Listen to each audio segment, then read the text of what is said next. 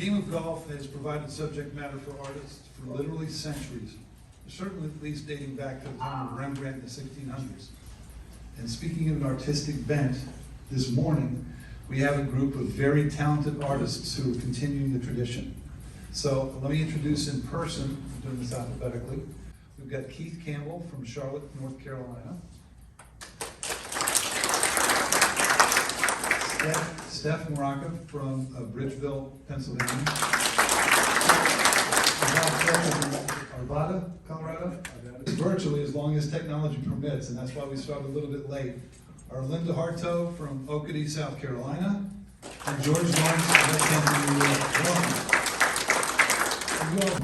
I'm Steph Moraca. I'm a landscape painter. 3 of my pieces are up over here. I work primarily with oil and acrylic paints on canvas. This is one of my paintings of Cypress Point I've done in oils. This painting is of the tractor at Latrobe. This one's actually going to be live auction tonight. This is oil on canvas.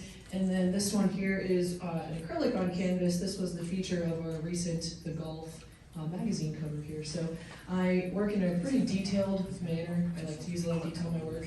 And I'll sometimes paint in plein air, so right on the scene, painting when I see it in front of me. But most of these pieces were completed by referencing a few photos and creating it from my studio.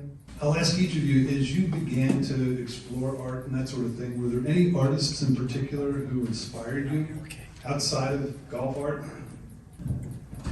So in addition to painting golf course landscapes, I also paint national parks and other natural landscapes. So outside of the golf world, 2 artists that have really inspired me are Albert Bierstadt and Thomas Moran. They both painted national parks. Yosemite and Yellowstone were some of the big ones they were known for. And they were around in the 1800s, passed away in the early 1900s, so they inspired my work. And then in the golf community, Linda Hartough was one of my main inspirations.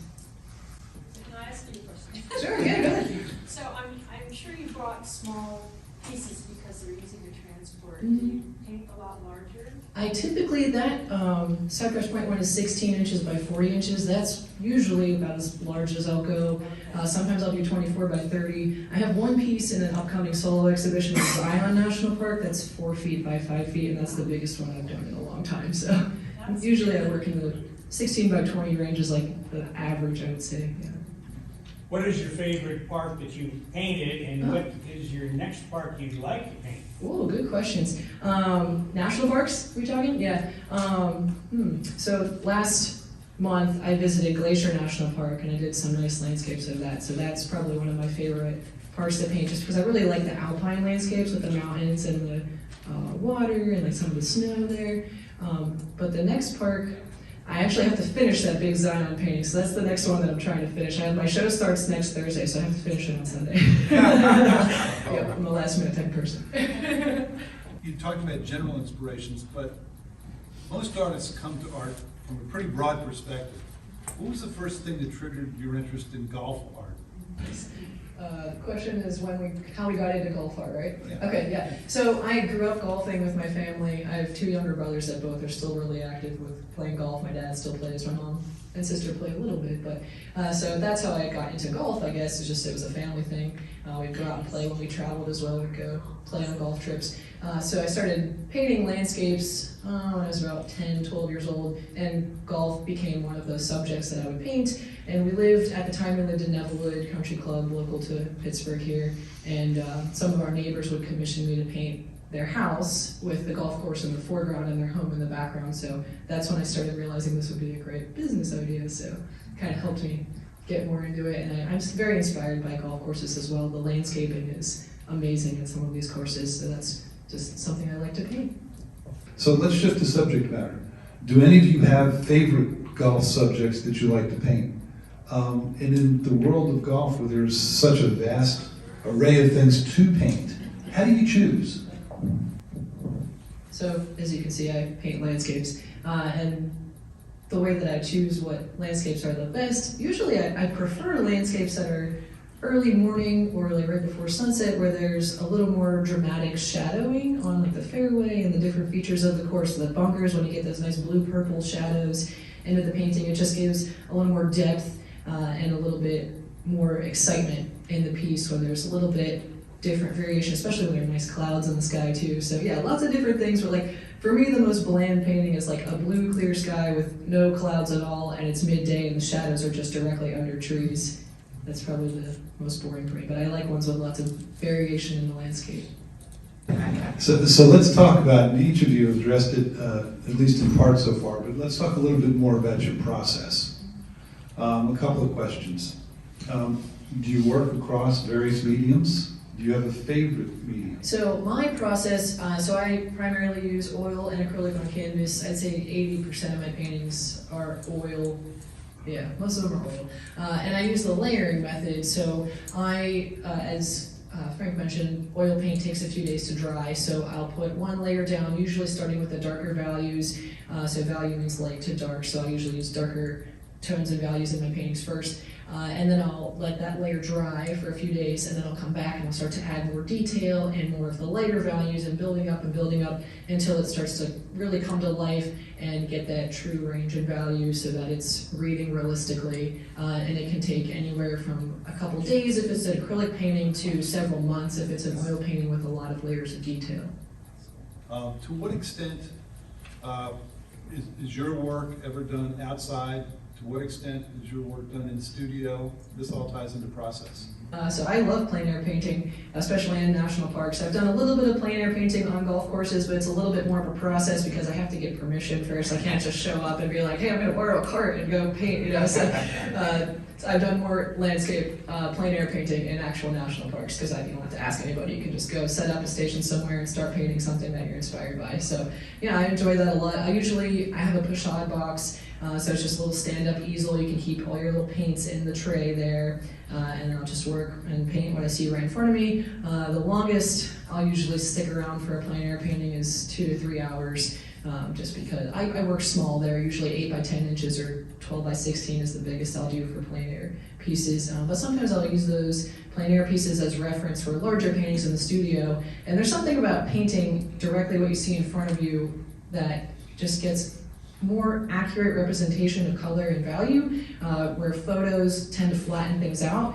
So over time I've learned that there's like special editing I have to do to photos to create the depth a little bit more when I'm referencing a photo versus painting in plein air. I think Steph was talking about doing plein air work, painting outside and working off small canvases or boards, and working on it for maybe 2 or 3 hours. I'll just point out to everybody, if you haven't had any experience doing this, there's a pretty good reason why most serious plein air artists do that. You are chasing the light. And typically people will be out, not always, but out early in the morning or later in the afternoon to take advantage of the drama created by the shadows and angles of light and that sort of thing. Well, an hour or 2 hours after you started, the sun has moved. What you're looking at is completely changed, so you really have to do you've got to work small and work fast. Let's shift gears and talk about what the process involves from your end and also from the end of somebody who's commissioning a work. So for my commissions process, I'm really big on communication just to make sure, like you said, everybody's on the same page and that what you're creating is what they're expecting or exceeding their expectations. So for my commission process, people request a commission from my website, and then it sends me a form. I'll receive that form just with a little write-up of their idea and the size they're hoping for, and then I'll get back to them and just see if they have any reference photos to send me. When they send me the reference photos, I'll ask them if they want me to change anything, like change the clouds in the sky. I can even make recommendations based on what I think might be a little more exciting to them, to see if they'll go for that. Sometimes they're like, no, this is exactly what I want. Like, okay, perfect. But then I'll do a little sketch for them if they do want some major changes from the reference photo, and then I'll begin the painting, and every week I send updates with photos to my clients so that they can see how it's progressing and making sure it's on the right track. And then when the painting's complete, I'll take a handful of photos close up from different angles to make sure they're totally happy with it, don't need any more changes. And then when everything's all done and good, they're happy with it, I apply a layer of varnish over the painting to protect the oil or acrylic paint from any dust or dirt accumulation over the years. And then I install a wire mount on the back of the canvas so it's ready to display as soon as they receive it. And if they want to frame a piece, they usually do that on their end after they receive it. And I ship them the painting and they get it, and that's it. Yeah. Can I ask a So you said, people who are commissioning work go onto your website and fill out a form. Mm-hmm. Which way does it go? Are people finding you online Mm-hmm. that you don't even know? Yeah, Or so- if you are being asked to create a commission, do you say, well, please go on my website Mhm. and fill out this form so I have something to go by? Sure, yeah, that's a great question. So she asked like basically how the commission process starts, if people find me online or in person, do I send them to my website? So primarily I sell my artwork online. I sell on Instagram, people find me on Reddit, I sell on my YouTube channel and on my website directly. So people that find me directly online just submit a form, and I maybe never even met them before, never heard of them or anything. They just send me that request, and then that's how we get to know each other, through that commission request. But in person, if people are asking about a commission, I can write all of that down, get your email address, and contact you directly. I'm not forcing anyone to use the form on my website. Good question, thank you. I had the same line of question that I wanted to ask about. Are you cataloging all this stuff and possibly creating a book about all your work? That would be awesome. After I finish a painting, I scan it for prints, so I'd say 95% of my paintings, I have prints available of them. And yeah, I also keep digital files of everything. I keep all my certificates filed away as well. I have a certificate of authenticity for each original painting. Yeah, and I actually create a calendar every year. So every year I do golf course. I get at least 12 golf course paintings done, and I create a calendar. So that's how I sell like mini prints, I guess, that each month has a different painting on it. So. Yeah. Let me jump in. You just mentioned something, Steph. Do all of you issue a certificate of authenticity? And what's the importance to that? I already mentioned, yes, I keep certificates of authenticity. I give one to each client that purchases an original painting, and I keep a record of it myself. Do you do that with any copies or gilets or anything like that? I'm only doing open edition prints. I don't do any limited edition prints at this time. But in the future, it's something I'm considering, yeah. And Jim, I see him sitting in the back of the room, I think has done such a beautiful job with every issue of the Golf, incorporating an aspect of art in the cover. And these two covers are pieces of artwork done by both Bob and Steph in the last couple of issues. Give us your views about how what you do can help promote the history and traditions of golf. Sure, yeah.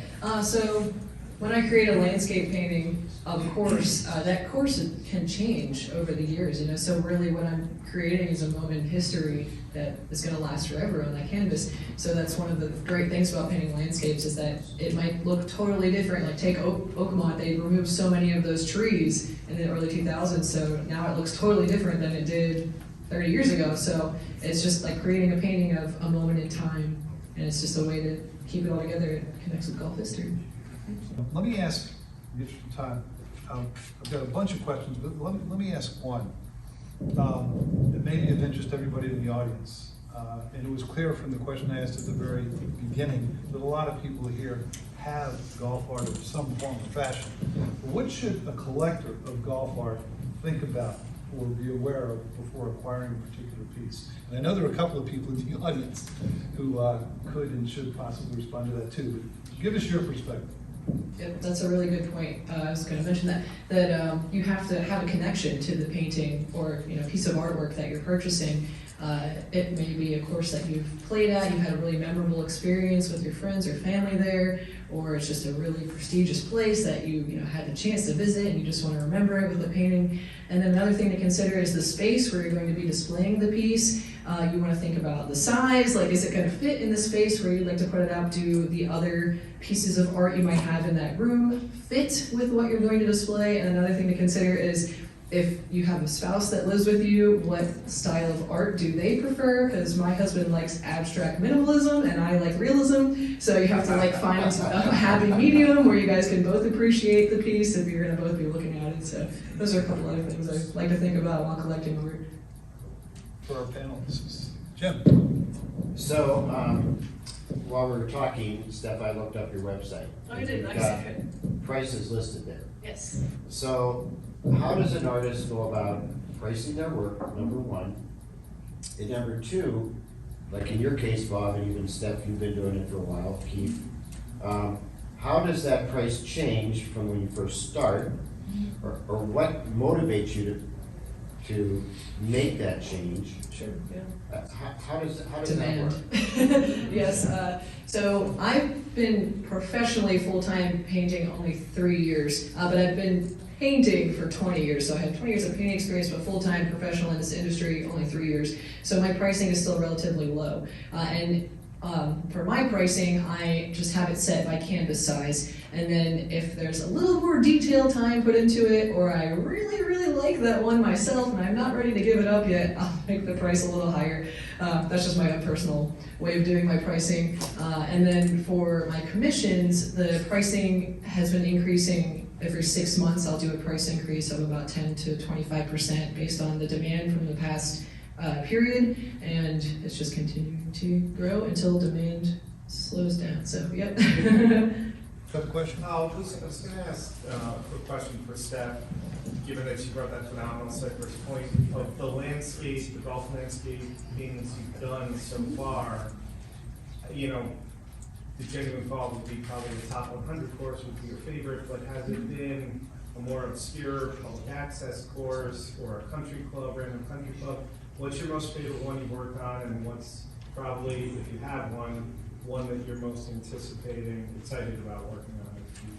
Sure, yeah, like you mentioned, yeah, those top 100 courses are always nice, popular ones, because a lot of people have connections to those. They see them in tournaments all the time, so I enjoy painting those as well. Cypress was one of my favorites for sure. I also did one of Pebble Beach that sold last summer, and that was one of my favorites also. I did a really detailed one of Hogan Bridge on the 12th at Augusta. I really like that one.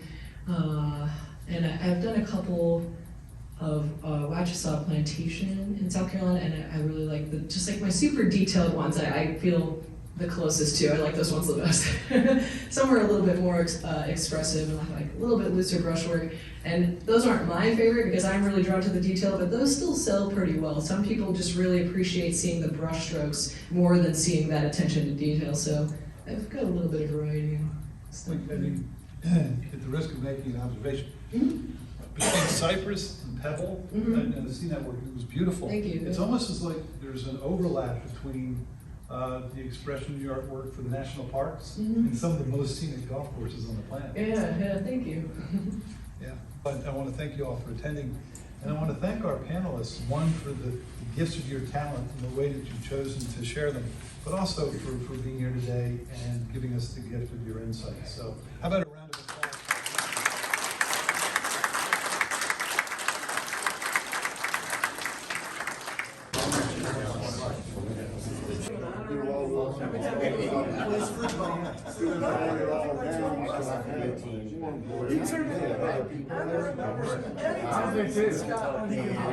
Two